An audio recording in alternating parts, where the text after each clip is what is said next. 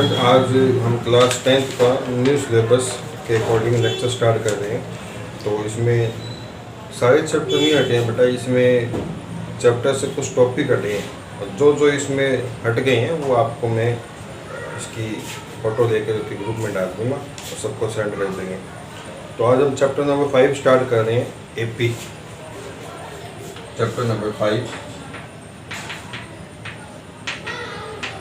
AP या AP chapter शायद sir ने स्टार्ट किया हो तो दूसरा स्टार्ट कर देंगे वो, ठीक है। एपी स्टार्ट कर दें अपने। एपी चैप्टर का पूरा नाम है, ए का मतलब है अरिथमेटिक। ए का नाम क्या है? अरिथमेटिक प्रोग्रेशन, ठीक है।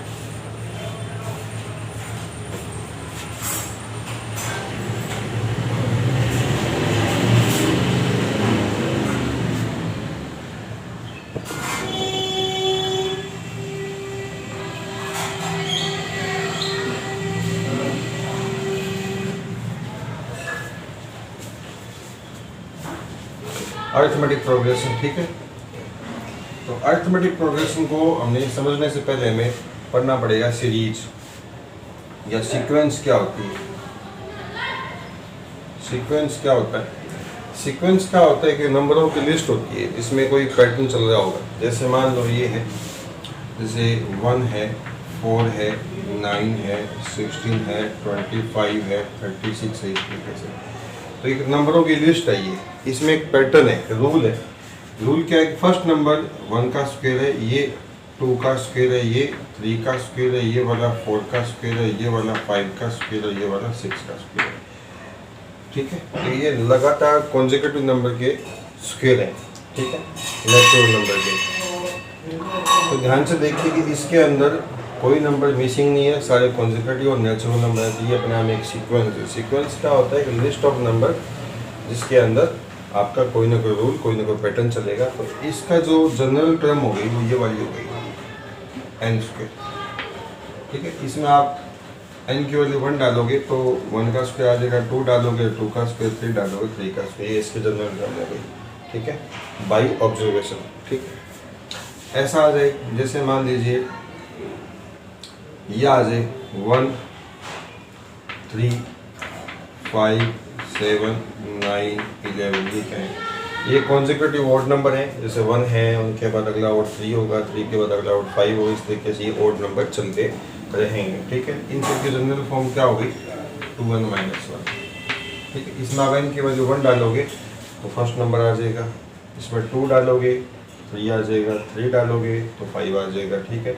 इसको अपने बोल सकते हैं an, शॉर्ट में इसको किससे रिप्रेजेंट करेंगे? an से। 1 डालोगे ना इसमें, ये आ जाएगा a1। a1 का मतलब इसकी फर्स्ट टर्म आ गई, तो 1 डालोगे तो 1 आ जाएगा ये वाला। अच्छा, अगर इसमें हम 2 डालेंगे तो क्या बन जाएगा? ये n की जगह 2 डाल दो, a2 का मतलब ये a1 है, ये a2 का मतलब टर्म सेकेंड, a3 का मतलब तीसरा टर्म, a4 का मतलब चौथा टर्म, इस तरीके से। तो इसमें आप 3 डालोगे तो ये तीसरा टर्म आ जाएगा, देखो 3 × 2 6 -1 5 आ जाएगा, a3 आ जाएगा। तो ये भी एक सीक्वेंस है। इसमें पैटर्न क्या चल रहा है? ये सारे ऑड नंबर्स हैं। देखिए, हमें सीक्वेंस नहीं पढ़ना, हमें पढ़ना है अरिथमेटिक प्रोग्रेशन, ठीक है। अरिथमेटिक प्रोग्रेशन की जो डेफिनेशन है वो भी क्लियर करता हूँ मैं आपको।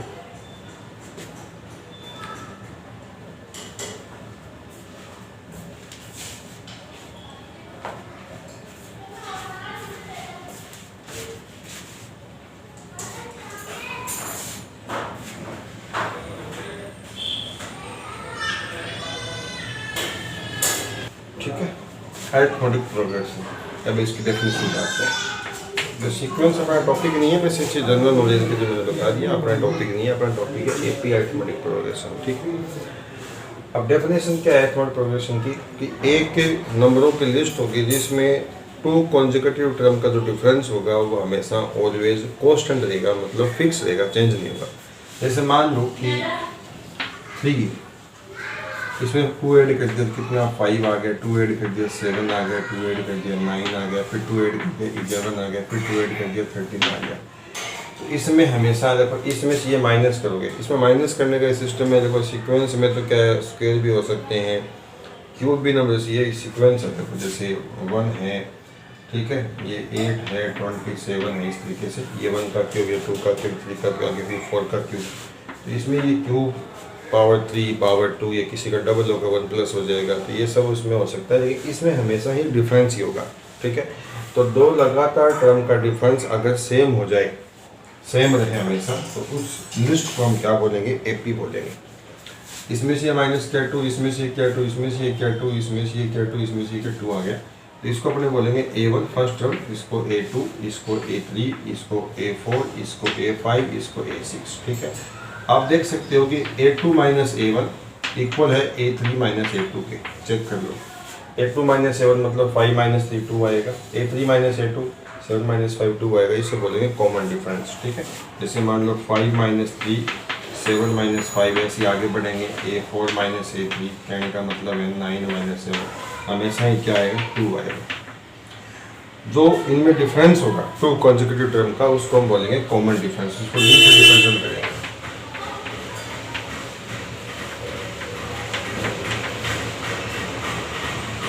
उसे हम क्या बोलेंगे, कॉमन डिफरेंस बोलेंगे। क्या बोलेंगे, कॉमन डिफरेंस। ठीक है, फर्स्ट टर्म को A1 बोलेंगे। ठीक है, तो इसमें लगातार है ना, जैसे इसमें 2 प्लस किया ये आ गया, फिर इसमें 2 प्लस किया ये आ गया, फिर इसमें 2 प्लस किया ये आ गया, तो इसको हम D से रिप्रेजेंट करेंगे। ठीक है, तो ये AP का मतलब है list of number in which difference of 2 consecutive term will be always same, हमेशा सेम रहेगा।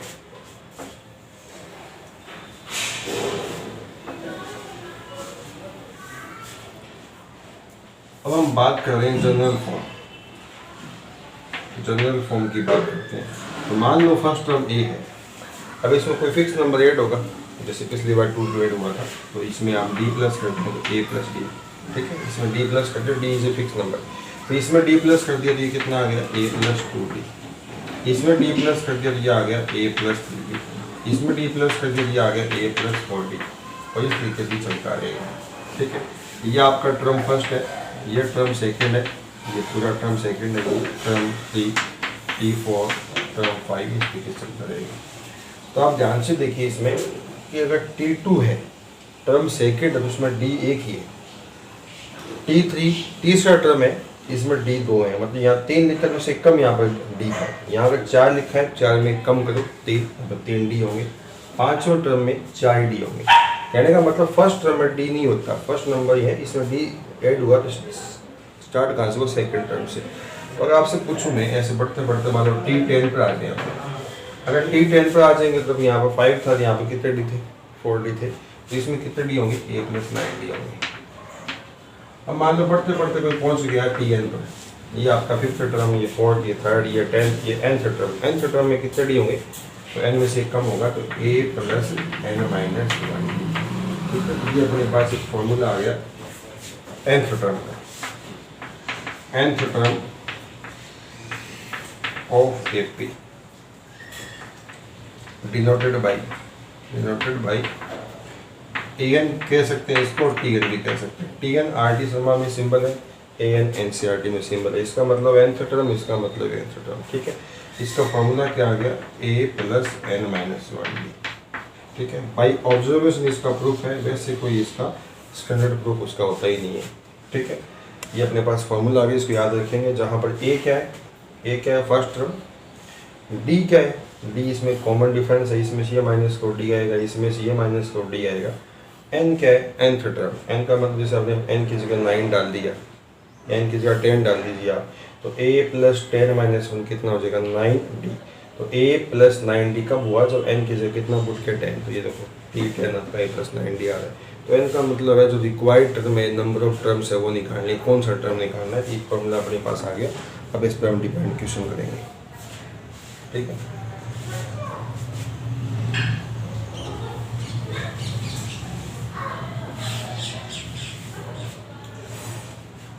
हम एक क्वेश्चन ले रहा हूँ, जैसे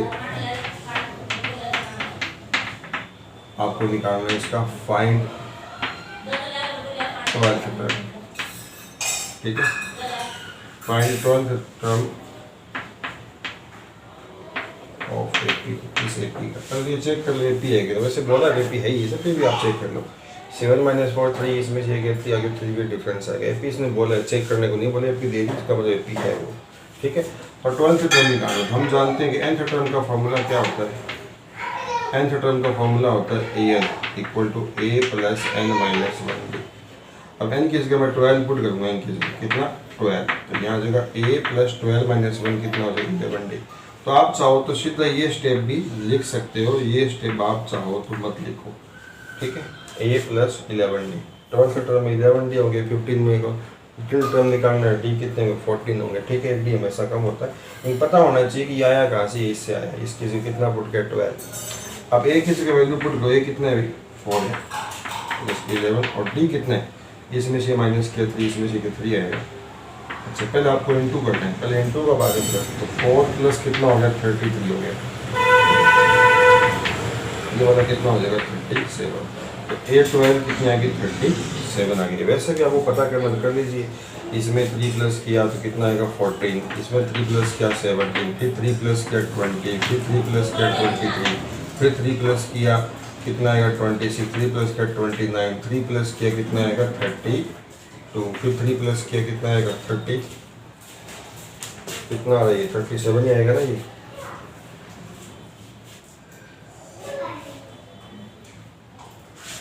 फिर प्लस किया कितना है 35, फिर प्लस किया कितना 38। फर्स्ट टर्म कितनी है, अच्छा यहाँ 3 का डिफरेंस नहीं है 10 हो गया, ठीक है। अब इसमें 3 प्लस को कितना 30 और वो इसमें 3 प्लस किया कितना 13, 3 प्लस किया 16, 3 प्लस किया 19, 3 प्लस किया 22, 25, फिर 28, फिर 31, फिर 34, फिर 37। गिन लीजिए, पहली, दूसरी, तीसरी, चौथी, पाँचवीं, छठी, सातवीं, आठवीं, नौवीं, 10वीं, 11वीं और 12वीं। 12वां टर्म कितना 37। या तो इसमें 12वां टर्म पूछे हम प्लस करके भी निकाल सकते हैं, लेकिन कहीं पैसा पूछे इसका 100वां टर्म निकालो, 50th टर्म निकालो, या ऐसे पूछ ले इसका 70th टर्म निकालो, 70वां टर्म, ठीक है। तो ऐसे ऐड करने से बहुत समय खराब हो जाए, इसीलिए हमें ये फॉर्मूले की जरूरत पड़ती है, तो हमें एग्जाम में फॉर्मूले से ही करना है। हाँ अगर आपके पास छोटा क्वेश्चन हो, 12th निकालना हो, 9th निकालना हो, तो आप बाई फॉर्मूला भी कर लो, और बाई ऐसे इस तरीके से ऐड करके भी आप चेक कर सकते हो। लेकिन ये तो बहुत सा मेथड अपने आप किससे करना है, फॉर्मूले से करना है, ठीक है। तो देख सकते हो इसका फॉर्मूले से कितना आंसर आया 37 आया, ठीक है।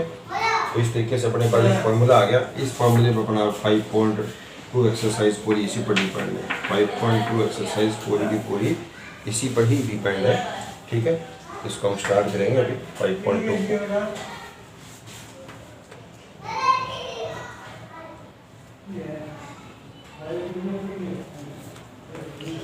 5.1 बेटा आप खुद कर लेना, काफ़ी इजी रहेगी, वरना फिर अगले लेक्चर में मैं खुद करवा दूँगा आपको। पहले हम 5.2 करते हैं, ठीक है।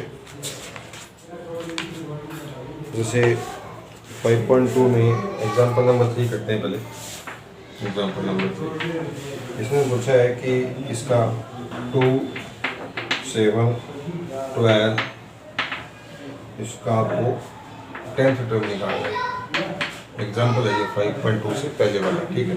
हम जानते हैं A10 का फॉर्मूला क्या होगा, a + 9d। सीधा लगा रहा हूँ, स्टेप काट रहा हूँ, आप चाहो ये लगा लो पहले nth टर्म का a + n - 1d। आप n की जगह कितना पुट करोगे 10 करोगे n की जगह, तो यहाँ जगह a + 10 - 1 कितना 9d। तो मैंने ये सीधा ये लगा दिया, ठीक है, a + 9d। अब इसमें आपको क्या करना है, वैल्यू को डालनी है। तो a कितना है, a का मतलब होता है फर्स्ट टर्म कितना है 2 + 9, d कितना है इसमें 7, ठीक है। तो 2 प्लस कितना हो गया ये 63, ये कितना हो जाएगा 65। तो 10th टर्म कितना आ जाएगा, A10 का मतलब 10th टर्म कितना आ जाएगा 65 आ जाएगा इसका, ठीक है। बिल्कुल ईजी है NCERT से। इसकी एग्जांपल आप करना। मैं इसका 5.2 में पहला क्वेश्चन करवा रहा हूँ 5.2 का, जिसमें एक टेबल बनी है, आपको A, B, N और AN ये सब दे रखे हैं। A कितना है 7, D कितना है 3, ठीक है, N कितना है 8 और nth टर्म आपको ये निकालना है। तो nth टर्म का फॉर्मूला क्या होता है, AN = a + n - 1। 5.2 करवा रहा हूँ, 5.1 बिल्कुल ईजी है, आप खुद भी कर सकते हो। अगर नहीं हो पाई तो मैं आपसे करवा दूंगा, क्योंकि 5.1 में फॉर्मूला नहीं है, P है कि नहीं वो चेक करना है सब कुछ, ठीक है, करवा देंगे। चलो कल 5.1 ही करवा देंगे, ठीक है। तो ए कितना है 7, एन कितना है 8 माइनस 1 और डी कितना है डी, और ए इसके पैरों में कितना है 8। ये एन इसके मल्टीप्लाई में नहीं है, ध्यान रखें, ये एन इसके पैरों में है। ए 8 बोलेंगे इसको, ए 8 का मतलब 8th टर्म। तो 7 प्लस कितना बच गया 7 इंटू 3 कितना 21 कितना है 28। तो ए 8 कितना है 28, टर्म कितना है 28, एन की जगह कितना पुट करेंगे 8th टर्म हो गया 28। ठीक है, इस तरीके से करना आपको। तो इसके आप ये चारों क्वेश्चन करना टेबल